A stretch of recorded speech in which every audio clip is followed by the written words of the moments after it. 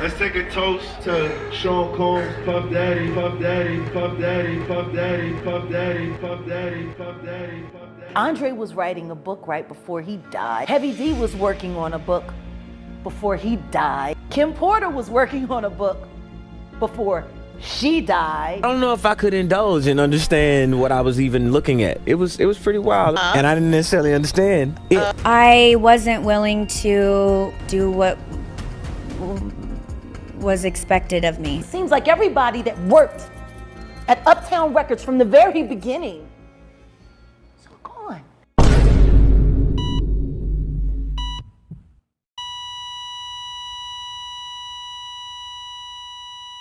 Facing new allegations. Music mogul Sean Diddy Diddy beat her, forced her to have sex with male prostitutes. Sean Diddy Combs is one of the most prolific entertainers, music moguls, businessmen we've ever seen in history. Diddy has become like a one-stop shop for everything you need. You need music, he got you. You need legendary artists, he got you. You need clothing, he got you. You need to get drunk, he got you. And you want to have a party and be entertained, oh, you know Diddy's got you. You see, the key is when Diddy's got you, to not be captured and never let go.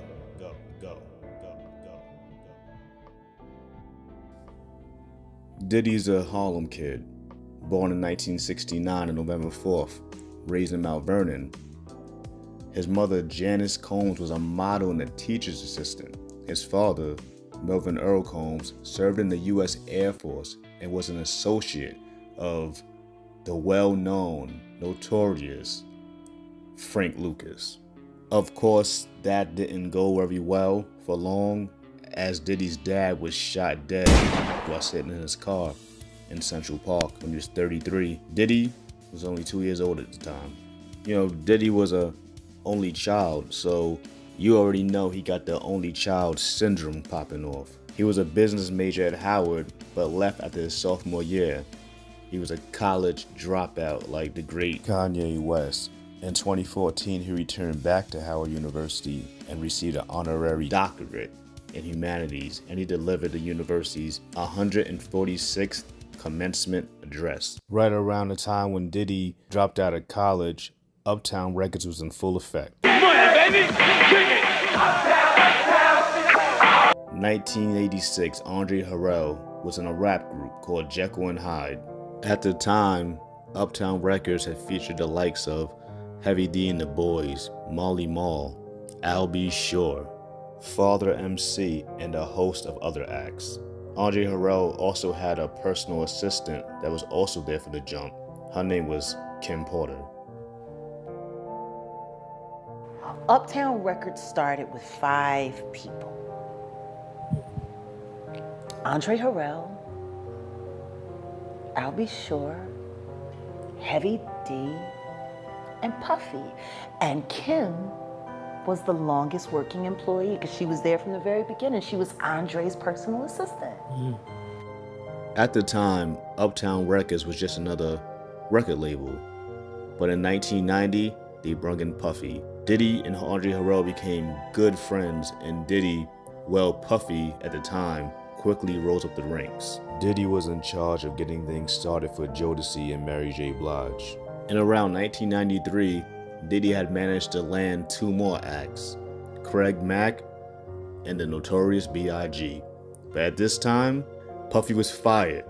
But I didn't do it to hurt him, but I knew it was time for him to grow. And the only way he could grow was if he was going to have the same kind of corporate conversations that I was subjected to. And then he would understand what he could and could not do. And the final straw for me was when MCA wanted me to not put out the Biggie Smalls album because they didn't like the subject matter, and they wanted me to tell him he's got to change his tone. And it wasn't up to me, I felt, to tell a generation what they could and could not do artistically. He was forced to form his own label, and he took Craig Mack and Biggie right along with him. Now there's all kinds of rumors to how Diddy landed the money to start up his own record label. He was in an unpaid internship. How could he afford this? Rumor has it, music exec boss, big boss, Clive Davis became pretty fond of Diddy. Well, Puffy, as he was known at the time. When his boss name is Clive Davis. Clive run him. Diddy don't run himself. Have they ever had anything past business? I almost wonder, like, well, damn, you know, did they ever have anything sexual? I just wondered that. I who worked personally with Clive Davis, and they had to leave him before they hurt him. To the failure of my second marriage, having read something about bisexuality, my story was different. I just found that I would open myself up to the possibility of a relationship based on the person and not on gender. And I did, after seeing a man or a woman for about a 4 or 5 year period of time, interregnum, entered into a relationship with a man. No matter the relationship that Puffy formed with Clive Davis, it worked because Clive Davis helped fund Bad Boy Records.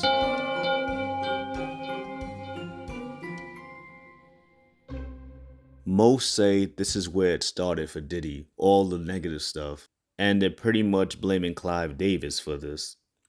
But Diddy's a grown man. He makes his own decisions. He chose to do the things that he did.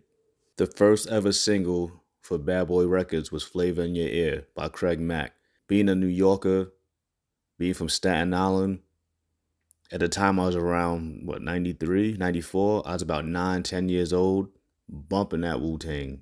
Flavor in Your Ear was everywhere. And then when he dropped Juicy, Biggie's first single, Good baby, baby. It was all a dream. Bad Boy was on another level. Diddy then signed Faith Evans and Toto, followed by a couple years later signing 112, and then some more rap act, The Lox and Mace. And around this time is when the sweatshop began. The Bad Boy sweatshop it is. You see, Diddy has always claimed to be a producer. He'll be executive producer. He even tried to get writing credits. But we all know Diddy had no experience with music. That's one of the reasons why when he joined Uptown Records, it was an internship, unpaid. He didn't know nothing about music or the music business.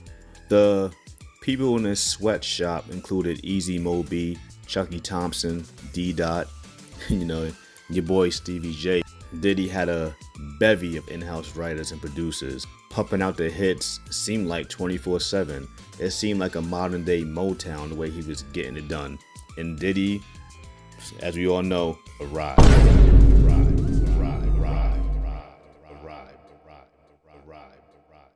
We all know about the brewing East Coast, West Coast thing going on at the time, 95, 96. There's plenty of documentaries on that, so I'm not going to get too much into that. Not only did Diddy have to deal with the whole East Coast, West Coast beef brewing, he had to deal with things at home base in his own record label. After Biggie and Tupac were killed, Bad Boy Records was sort of like in the dark ages, in suspended animation. They had so many plans for Biggie and all of the artists on the record label, but without Big, it seemed bleak. Diddy was already dealing with the rumors that he wanted Biggie gone some way, somehow, to steal his masters. In 1997, under the name Puff Daddy, Diddy recorded his first commercial vocal work as a rapper. His debut single, Can't Nobody Hold Me Down, spent 28 weeks on the Billboard Hot 100 chart, peaking at #1. His debut album, No Way Out, was released July 22nd, 1997, through Bad Boy Records. We all know this as the formal introduction to Mace, Black Rob, and the Lox. As Diddy was enjoying much commercial success, on the other side of the coin, the legal battles were brewing. He had been charged with assault of Steve Stout. Steve Stout was a former manager to Nas, Trackmasters, and Mary J. Blige. That was settled, of course. Then, in December 27th, 1999, Combs and the beautiful J-Lo along with his new signee and protege, Shine, got into that infamous nightclub shootout in downtown Manhattan. Diddy had Johnny Cochran and Benjamin Braffman represent him. And you know what they say about Johnny Cochran. If you get Johnny Cochran to represent you, man, you guilty. Diddy was found not guilty on all charges, while Shine was convicted on 5 of his 8 charges and sentenced to 10 years. Some say that Clive Davis behind the scenes pulled some strings to further guarantee that Diddy wouldn't do any time. Remember, a woman was shot in the face in this nightclub incident because allegedly Diddy got into an argument with another man. In 2001, Combs ended Bad Boy's joint venture with Arista Records, gaining full control of Bad Boy. Diddy celebrated this with another album, The Saga Continues, released July 10th of 2001. Whew, I was in high school around this time, maybe 10th, 11th grade. The Harlem Shake was in full effect. Every day in the cafeteria after lunch, there was some shake battles. But the late 90s is when we started hearing all of the bullcrap involving Diddy. For dozens of years, Diddy has been accused of manipulating artists, swindling them out of their masters and publishing, and downright just stealing. Diddy is still accused to this day, but one particular feud turned particularly way worse before it got better. Diddy's feud with the Lox. What got you to that point in the first place? Slavery. I don't know what better way to put it to you. Like, it's like if you was coming to this job every day, right? Mm-hmm. And you putting in your hours, you know, you did what you did to make yourself the voice in New York. And I'm in the cut somewhere taking half of your money. Make a hit. When you got signed to Bad Boy in the first place, you sold your publishing to Puff, right? Now, this is what happens when you're young and black and coming off the street and coming from high school or wherever you coming from. You don't really know what's going on, you know what I'm saying? Mm-hmm. And these lawyers, you gotta charge some of it to the lawyers too. Definitely. You know Let what I'm you get in saying? that situation. You gotta charge yourself first and foremost for putting your John Hancock on the paper. But then, like, after a few years and after 10 years and 12 years, and you become of age and have kids and have a life ahead of you. Nobody never took nothing from me. Like, it's hard for me to look at Diddy. Say like Puff took nothing from y'all. What is it then? What is it? What do you call it? What do you call it? What do you call it? And don't say we can come to your office or do none of that, because we can't do none of that. You look at Jay-Z, nigga, Dame made millions, Bean made millions. All them niggas around them made real money, nigga. You ain't made 200,000 with you, nigga. But you done made over 60, 70 million off, 70 million off us, nigga. And we ain't make 200,000 a piece off you, nigga. At the end of the day, we're all just willing to turn a blind eye. Diddy is just literally known as the guy that doesn't pay his artists. And it's funny, and then you move on and you like something that he did on TikTok because he's funny. But for people that worked for 6 years of their life and entered an industry where somebody made, what, $48 million? $50 million? And we didn't even see a penny of that, and we were in thongs and 5-inch heels for years of our lives on stage. And that's the real problem. Did all right. And that's just the beginning. All right, then there's people that try to do bodily harm with me. They will be in the house with Puff. So I'm like, it's a funny game y'all playing behind the scenes. So when people see me, they just see me turned up. They just see me agitated. They just see me aggressive, but they don't know why. Yo, how dare this nigga told me he want receipts? Let's start with your mother, nigga. Your mother got the receipts, nigga. Everything is in your mother's name. That's the one who got the receipts, nigga. You need more proof, nigga? Biggie ain't here, so Big can't give you no receipts. He dead. Craig Mack can't give you receipts. He dead. What are you talking about? Who else? Black Rob can't give you receipts. He dead. And everybody else you made sign paperwork so they can't talk about what I'm talking about. You read about it. You took classes on it. You went to, a weekend seminar, whatever. There's nothing like actually having to live these things of the music industry, the business, publishing, all that, to really teach you and really get you on your game. It's the same thing that he gave to all his artists when he gave them their publishing back. I'm gonna give y'all publishing, but y'all can't talk about Janice Combs, Justin Combs, Sony, Bad Boy, or anything that happened. Y'all can't talk about none of that. But there's some artists that didn't say anything, that didn't sign it, and they able to talk about anything they want to. And I think that's those girls that was, I think Danny Kane. I think a couple of them didn't sign it. And boy, oh boy, they probably gonna go after him too. In 2021, many acts that were associated with Bad Boy Records were able to recoup their publishing. But publishing isn't even half of the money that's owed to most of these artists. Let's talk about back funds. Let's talk about shows. Let's talk about everything. Diddy still owes him that money.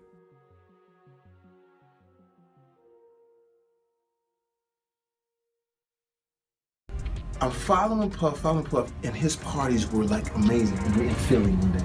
I fly to Philly, town car, same business, go up. But Puff say this party, Playboy, this party right here, I see $1.5 million. I said, nigga, what? You spent $1.5 million on this party? Everybody knows Diddy's parties are epic. I always said I wanted to go to a Diddy party. But now, shoot. I don't know if I even want to go anywhere near Diddy. Check out some of this stuff. There's after parties. If we doing it at the hotel after we do a party, or there's after parties after the after party. You understand? Right. I guess the one people talk about is the after party. Well, those will be when him and somebody that he needs something from or wants something from, and they'll all go in the same room, and about the end of the next morning, he done got what he need and got what he want. Because 9 times out of 10, he done put those people in a position, in an awkward situation, that they're gonna have to give him what he wants. I don't know if I could indulge and understand what I was even looking at. It was pretty wild, and I didn't necessarily understand it. Biggie Smalls was there. Biggie Smalls was there. Lil' Kim, Craig Mack, yeah, man, Faith Evans, Jodeci, Mary J. Blige. They didn't know nothing about this shit. Oh. I was having a good time, you know what I mean? Yeah, it's pretty crazy. 14 years old. You're a dad now. Would you ever send your kid to Puffy camp? Hell no. I like when you like this, Daddy. Daddy, I like when you scrambling and scraping for shit. No, I like that. You know, I've been practicing. I have a party, and we had parties, but I was more like just trying to just vibe, like just see where I look back on where I became. Did you miss me though? For real? Because it seems like a thing. I with miss this partying birthday with party, Puff, man. But I'm talking about for your birthday. Huh? Why won't you party with me for your birthday, man? We partied for my birthday before. You came to my party. No, but me and you ain't never really party. You know what I'm saying? Eyes, brother. Eyes. Puffy party, the New Year's Eve party. Went to the party. You know, all dudes? Yeah. Nah, it was actually a good party. You know what I'm saying? It was on South Beach, right? Right. So then we go to the house, and then he invited us to the house because he wanted to go to the club afterwards, right? I was like, okay, cool. So then he's doing his business. We go down and get a drink. You know, we sitting there bopping to the music, and then she point over the corner. It's 2 dudes kissing. You know what I'm saying? I'm like, the fuck is this? You know what I'm saying? So I'm like, okay, then there's girls in the club too. And then she pointed another direction. It's another dude over there like butt-ass naked dancing. You know what I'm saying? We take off, man. You know what I'm saying? We leave the club directly. I didn't say peace to nobody. I didn't see nobody. Gay. Yeah, it was suspect. A lot of suspects. The club was You could chalk it up to being in Miami or whatever. I've been in a gang. I've been in a gang of clubs, man. The club was called. And I ain't never mistakenly stepped into a club having that kind of activity. This is the first time I was ever in an exotic bookstore with Puff. So, I'm giving him his space. He's taking things off the shelves and stuff like that. So there's one point he picked up some things from up here on my left side. And then he picked like quite a few of them down. I was like, okay. He put them in the bag. So when I went by there and I looked up there and it said butt plugs. And I was like, hey, yo. I was messing with him. So I said, yo, what are you getting this for? And it said butt plugs. And he was like, yo, can I do my shopping by myself? I said, yeah, you could do it by yourself, brother. This rapper and him, they all in the room together. It's Sarah, the girl, Puff, and this dude, this rapper. Bruh, you ain't going in there because he told me they don't want nobody to be bothering them. He was like, yo, I don't care, man. I'm going in there. He tried to bum rush me. I grabbed it and threw him against the piano. When I threw him into the piano, Puff and Ja Rule runs out the room.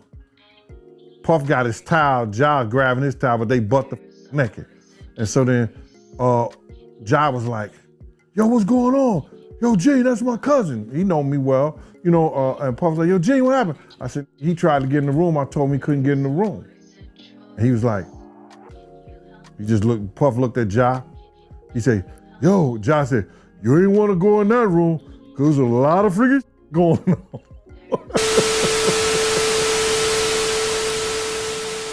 There's so much footage and interviews of people talking about Diddy parties.